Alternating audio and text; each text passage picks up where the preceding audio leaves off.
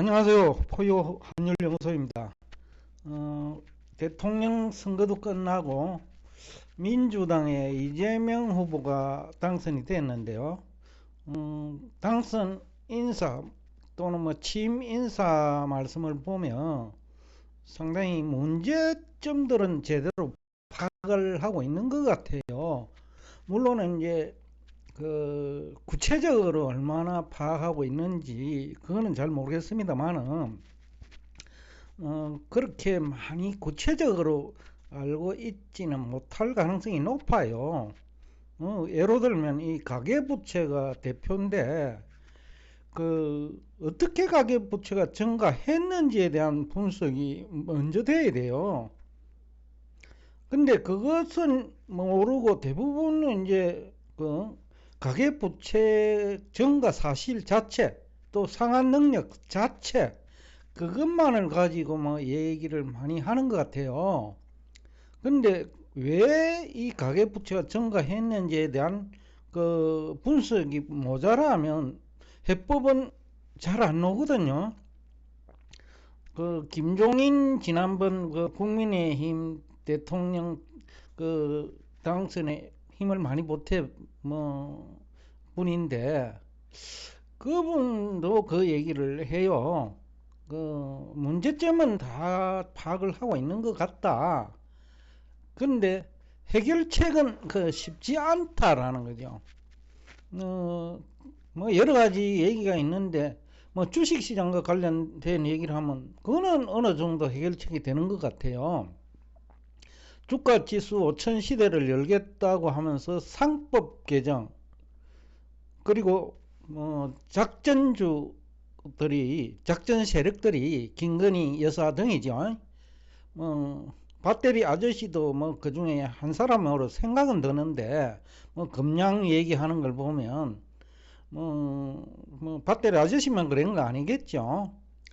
그런 걸 보면 작전 세력들이 이제 많아요. 사실상 지금도 유튜브 공간에 보면 기업 분석을 토대로 하는 것이 아니고 막연히 성장주다 그런 명분 하에 명분인지도 모르겠어요.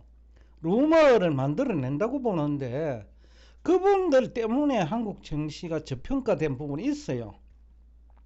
또 상법에서 개정해야 될 내용도 좀 있고요. 예를 들어서 주주 배당 문제라든지 소액주주 보호 문제라든지 여러 가지가 있기는 있어요. 근데 가장 근본적인 현실적이고 그 다음에 해결 가능한 부분이 정권시장의 작전세력 퇴출이에요. 여기서 작전세력은 법망에 걸린 사람만 해당되는 게 아니고요.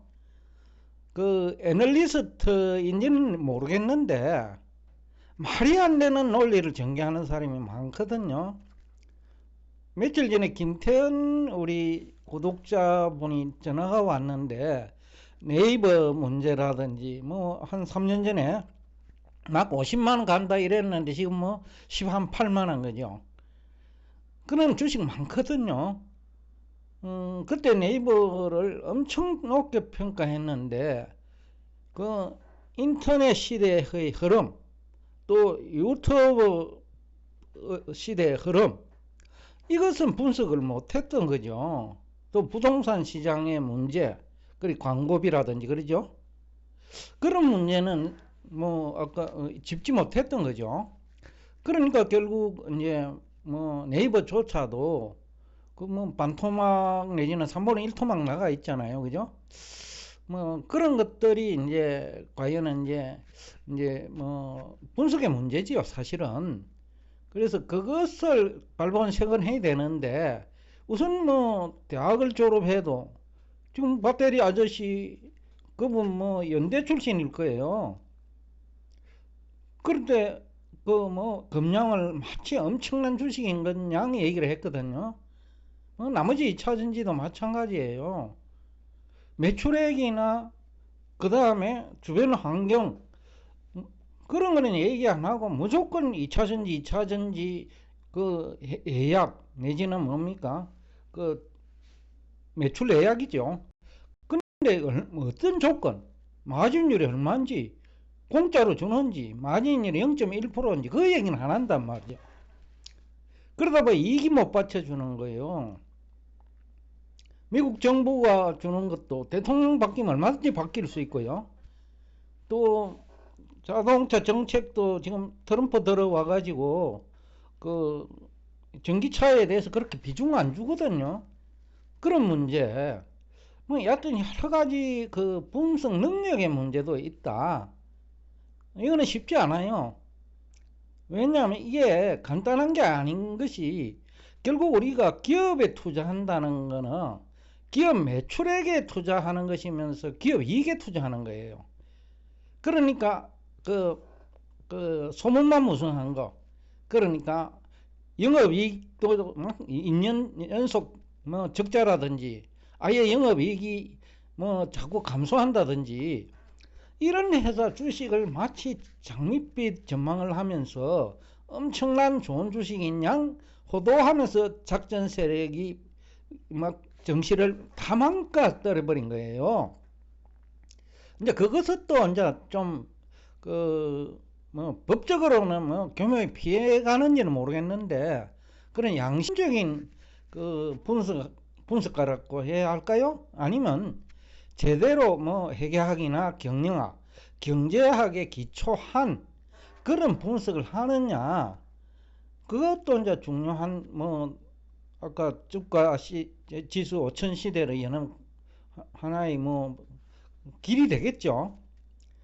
그러니까 분석이 제대로 돼야 된다. 가계부채도 마찬가지고 주식시장도 마찬가지고, 분석이 제대로 안 된 상태에서는 해결책이 잘 안 나와요. 지금은 이제 가계부채만 놓고 보면 지금 3월 말, 올해 3월 말 현재네요. 부채 상환 능력이 130, 그 부채 비율로 가지고 그 이제 가계 신용, 이것도 대출 플러스 이제 뭐 할인, 할부금융 이런 거죠.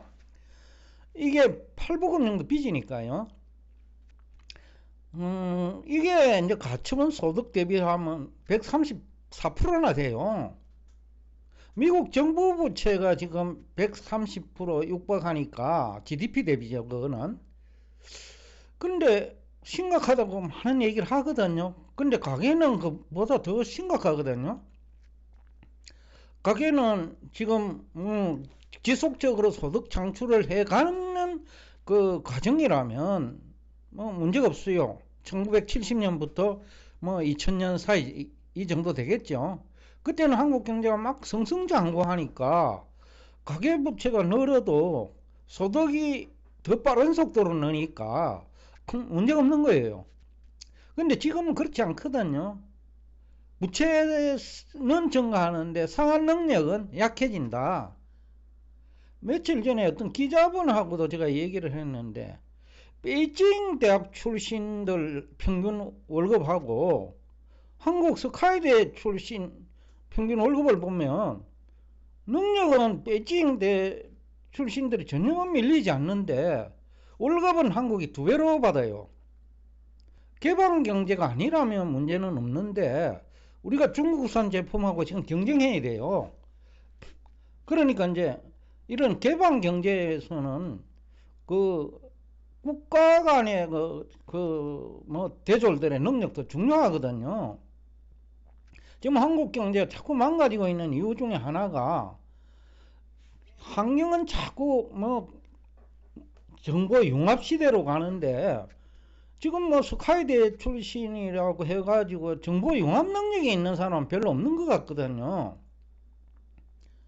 뭐 얼마 전에 그 얘기도 했는데, 뭐 2021년 지방에도 막 빚내가 집 사라고 한 사람 많아요. 근데 지방은 지금도 심각하거든요.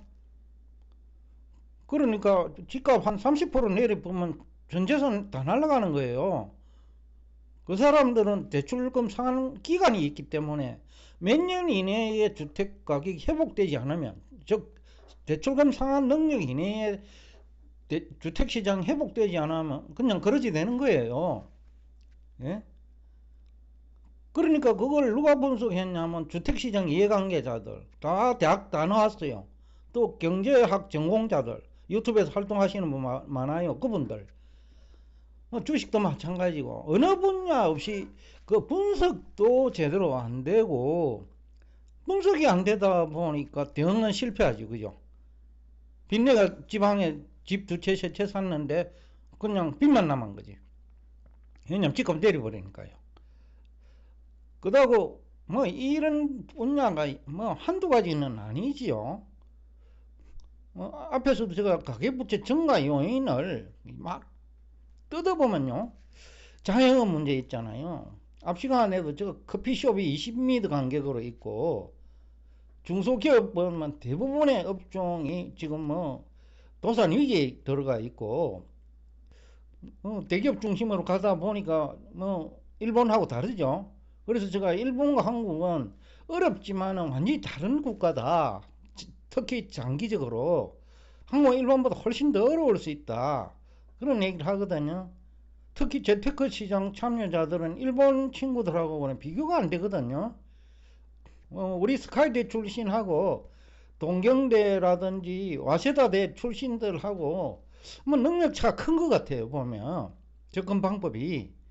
그래서 이제 뭐 이런 문제들도 다 이제 연관되어 있고, 뭐 또 부채 증가 원인이 이제 부동산 투자만 있는 게 아니고, 뭐 테슬라에 투자를 했는데 2021년 말에 제가 기억하기로는 테슬라 주가가 액면 분할 이전입니다. 3분의 1로 거의 액면 분할했는데 그때 한 200불 했거든요. 지금 300불 하니까 900불 안팎이지요. 근데 우리나라 테슬라 주식 투자자들이 그 무렵에는 대부분 900불 이상에서 투자를 했더라고요. 그러니까 그때 투자한 사람 중에 장기 투자한 사람은 이익 난 사람 없다고 봐야 되겠죠. 금양도 마찬가지고 네이버도 마찬가지고 뭐 각종 뭐 인터넷 관련 주식들, 그 다음에 뭐 무늬만 AI 주식, 그런 기업들 많거든요. 근데 그런 것을 중심으로 투자 문화를 만들다 보니까 주가가 비실비실한 거예요. 좋은 주식들 많더라고요. 그런 주식은 미국에 있으면 막 4배 정도 오를 주식도 있거든요.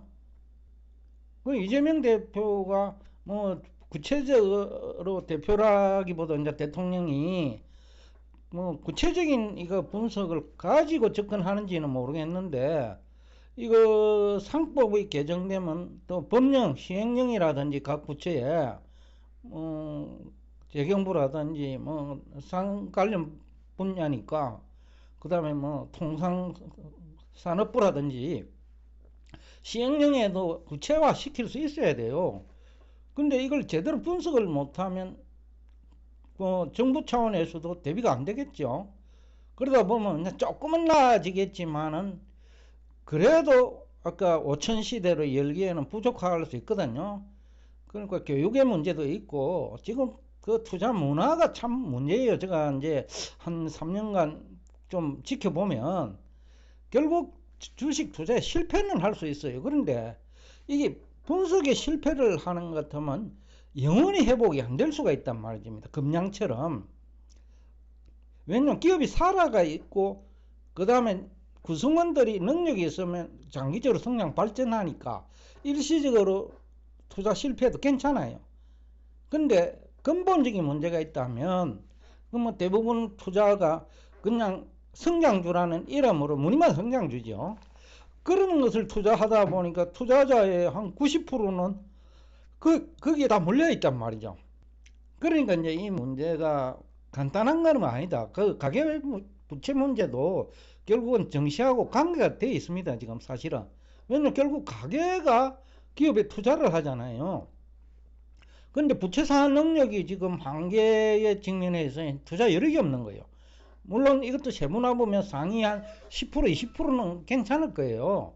근데 저소득층은 점점 이제 더 어려워지거든요. 양극화 문제.